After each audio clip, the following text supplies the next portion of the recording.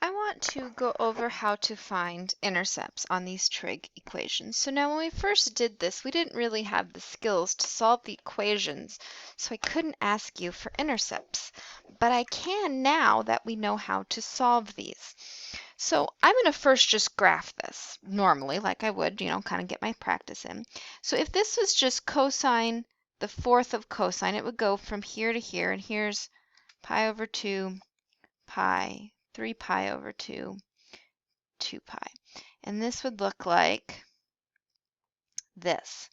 But because I'm translated, I'm going down -2. So this becomes -6. And my middle now here, so this right here, this is going to be my new 0 line. So when I go from here, here, and then I go down, and then I come back up, and I didn't draw this very well, but there we go. There's my graph. Now, you can see, though, I want to know what this intercept is, this intercept, and this intercept. How do I find those intercepts? Well, we can do that now. We have the skills. Well, this one's easy. This one you can see at 0, 2, but I'm still going to go over that process. So to find a y-intercept, you set x equal to 0, right? So y equals -2 plus 4 cosine 0, or -2 plus 4 equals 2.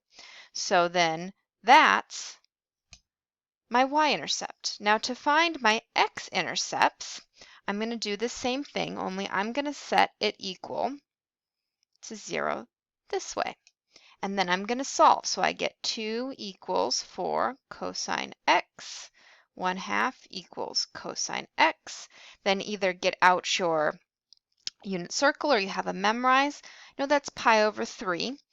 That's the first quadrant. Cosine is also positive in the fourth quadrant, so that's 5 pi over 3. So then my other two intercepts are pi over 3, 0, and 5 pi over 3, 0.